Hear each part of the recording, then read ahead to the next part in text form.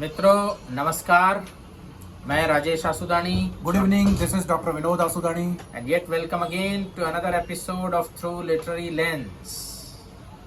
Today, Yes, we have Rajesh, brought, what you are going to talk about? today we have brought a Marathi novel. Oh, Vinodji. that's really fine. Yeah, and it is entitled Dongar Mhatara Jhala by Anil Barve.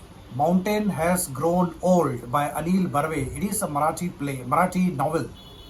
पर्वत बूढ़ा हो गया. नाम में ही कुछ बात है Vinod ji. Definitely, it is fascinating because usually mountains do not grow old. They continue to be there for centuries together, for thousands of years. But the writer says that mountain has grown old. Definitely, it evokes the interest. So, who is that mountain? How the Yes. mountain, the symbol of the mountain has been used. I think Vinod ji, the mountain here stands for our age-old values of Definitely. non-violence, of truth, of Yes. social justice. Because they have been practiced right from Gautam to Gandhi.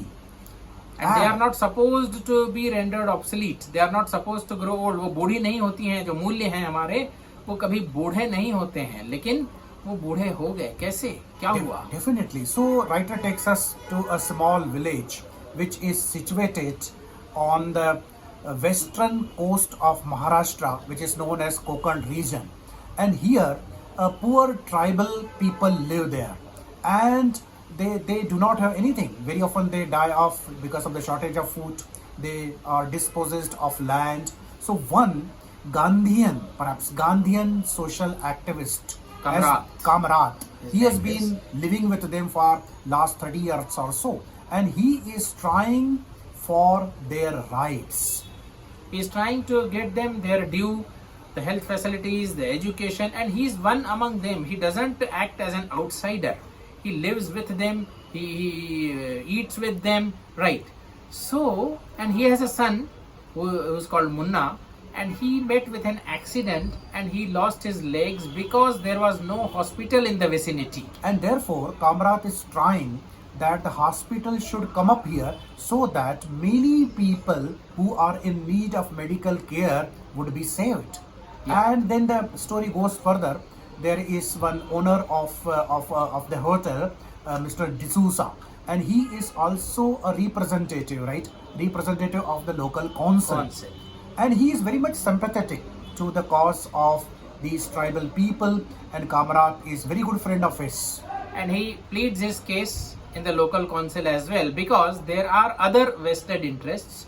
There is an industrialist, Ratu Sheth, who is trying to build a hotel, a 5-star hotel in that vicinity. He's trying to grab that land where hospital is likely to come up, and he, for his own commercial reasons, want to have hotel there. And this becomes a very important kind of conflict between Kamrat on the one hand and Ratu Sheth on the other. And at this opportune moment arrives a retired Major Kama. Basically, Major Kama is entirely unaware of this conflict which is there in this village. He is simply retired major and he wants to spend his life away from the hustle and bustle of city of Bombay. And he comes here and he says that rest of the life he is going to spend here in these natural surroundings. When he comes to D'Souza to stay in his small hotel, he meets with Kamrat, and initially both of them don't seem to like each other. Yes. Because Kamrat says when he comes to know of the soldier that he has fought in the Second World War for English. Being an Indian also, he has fought with English in the distant lands. Soldier says it was my duty.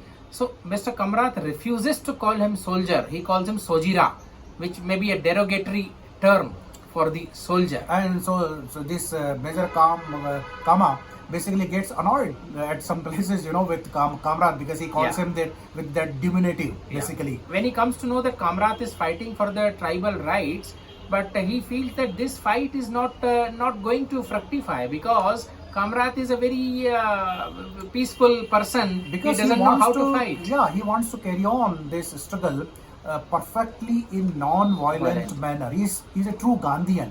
He does not want to indulge in violence, even when the people of this Ratu Sheth they beat Kamrad's followers with lathis, he Yeah. asks them to follow non-violence, truly in the sense of Gandhian agitation. Whereas the soldier, he hopes, he keeps on hoping that Kamrat will turn violent because violence is the only way to fight according to him. Yes, but Kamrat does not approve this way. Yeah. He has full faith that definitely this non-violent movement to secure rights for these poor tribals would ultimately succeed.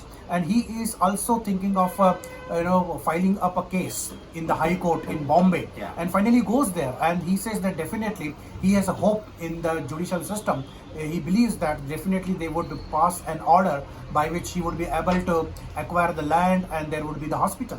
This is the perfect Gandhian non-violent way through administrative and judicial means and through the power of the personal morals. He wants to convince the industrialists that this is a bad decision to bring up a hotel here. Instead, a hospital should be brought up here. And here, novelist now brings in the reality. There are people Yeah. who are selfish, who are their mercenary objectives. They want to grab the land of the poor people. And Ritu Sheth is the symbol of this exploitative forces.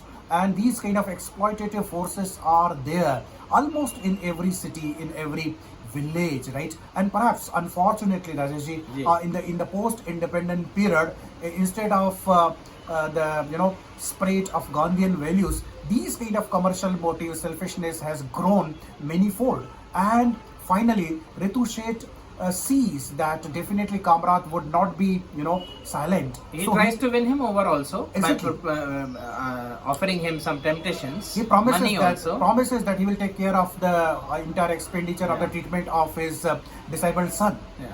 But Kamrat refuses that, right? And finally, Ritu Sheth forges false cases against Kamrat, and he so arranges the things that Kamrat is finally arrested.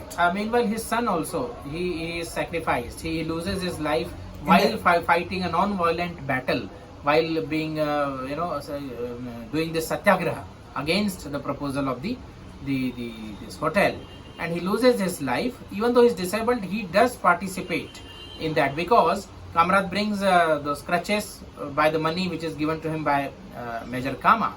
So then when his son also loses life, still this man, Kamrat, does not lose faith in the non-violent battle, but ultimately that Ritu Sheth gets him arrested. Police come to arrest him. He pleads with the police that at least he should be allowed to complete the last rites of his son before he is taken to jail. Right. So the last chapter of this novel is very, very touching. Yeah. So Kamrat first is shaken by the demise, by the death of his son, and this really, really shakes him from within. Yeah. And he feels as if the mountain has now grown old.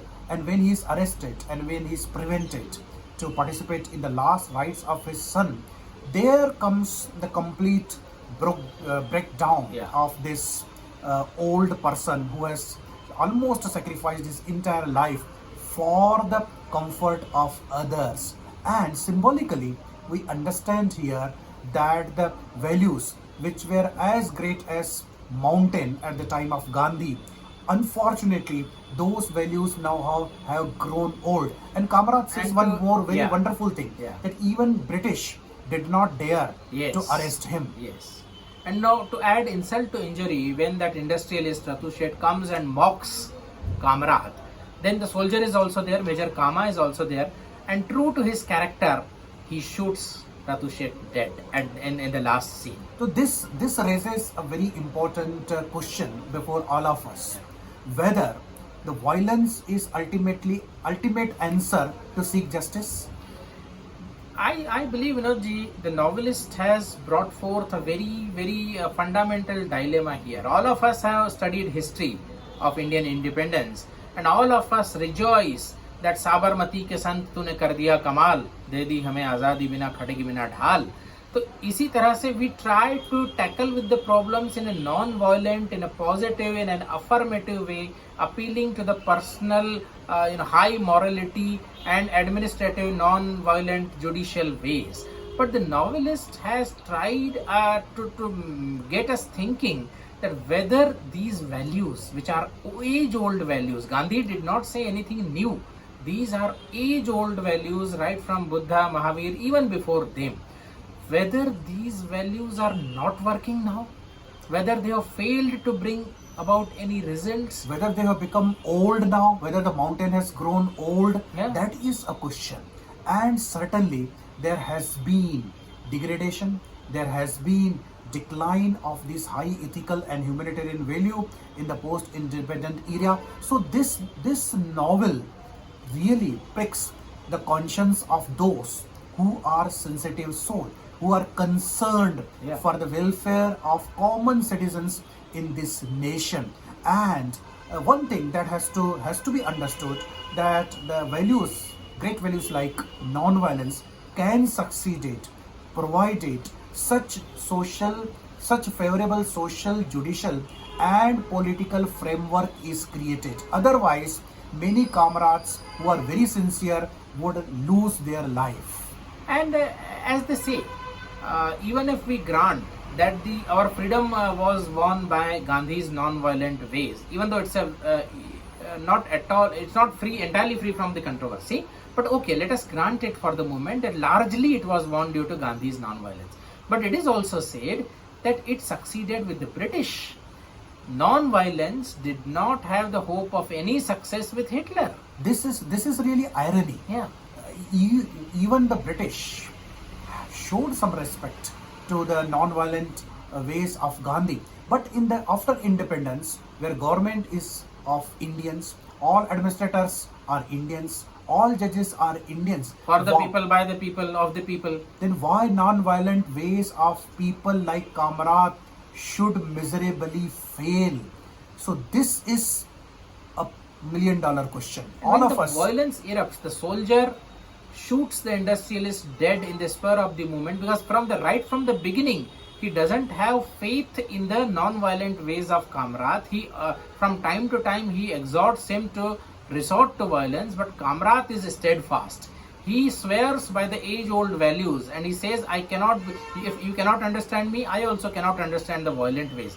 But ultimately, when the things cross the limits, tolerance, threshold tolerance, they cross, he impulsively he shoots the industrialist dead. Now, this impulsivity of the violence, or maybe they did not have any other option. What do you think, Vinodji, about exactly. this? Perhaps Major Kama realized that Kamrat is arrested, Yeah. his son is dead, D'Souza is helpless. And he's not being allowed to participate in the last rites of his son. So perhaps in his own personal capacity, he tried to do justice in whatever he could, and true to his profession, because he has been a soldier, he has been fighting on the battlefield. And he was knows- mocked by Kamrat for fighting for others, fighting for English on the behalf of English. And ironically, he has to fight for Kamrat himself.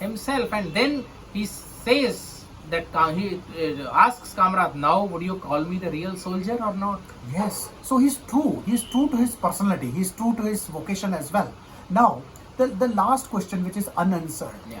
Shall we allow people like Kamrat to die like this? Shall we allow the values of non-violence fall into oblivion like this? Or shall we allow the violence should take over and everything has to be settled by violence? I think this is a question in all the democratic nations, all the democratic communities must address. If not today, tomorrow we have to address this question, and therefore the And sooner it has the been better, sooner the the fate better. of the world, Vinodji, that violence has prevailed all along in world history. This is because we have not allowed non-violence to flourish.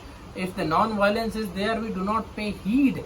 The system does not pay any heed. The leaders don't pay any heed. And only when the violence is there, then the attention is drawn towards but it is drawn in the negative way. It is not the solution. It is drawn in the negative way, and the people are put behind bars. So this is the Exactly. perennial dilemma that we have. Democracy means creation of the ambience where the legitimate ways of resolving conflicts would prevail. Exactly. Democracy is taking a decision by dialogue, taking a decision by negotiation and discussion, by participation of all the stakeholders. We have simply forgot that spirit of democracy. Coming back to this novel, Yeah. although Yeah. this novel falls in the category of didactic literature, Yeah. it has a very simple or very straightforward message to deliver, that if the social amelioration has to happen, if the society has to progress, it should progress on the non-violent lines. So this is a message. People like Kamrat should flourish, should survive in the society, and that kind of social order has to be hammered out. That is the ultimate message that Mr. Anil Barve wants to give to his readers through his Marathi novel. So And he brings about that nowadays perhaps the non-violent ways are not succeeding. Exactly. And we are on the precipice of the tragedy where violence begets violence, and it is anarchy. And it is really sad that we have started forgetting the great Gandhian values. I think Gandhi is relevant, and he would continue to be relevant even for the centuries to come. So therefore, once again, we have to take a pause and ponder profoundly over this matter of the relevance of non-violence once again. So Rajeshji, thank you very much Thank you. for joining this discussion today and thrown light on this wonderful novel by Anil Barve, Mahatara Dongar Jhala, Mountain Has Grown Old. So we will take your leave. I am Dr. Vinoda Sudhani. I am Rajesh Asudani Rafi. We will be back again with some other discussion. Till that time, take care. Namaskar. Namaskar.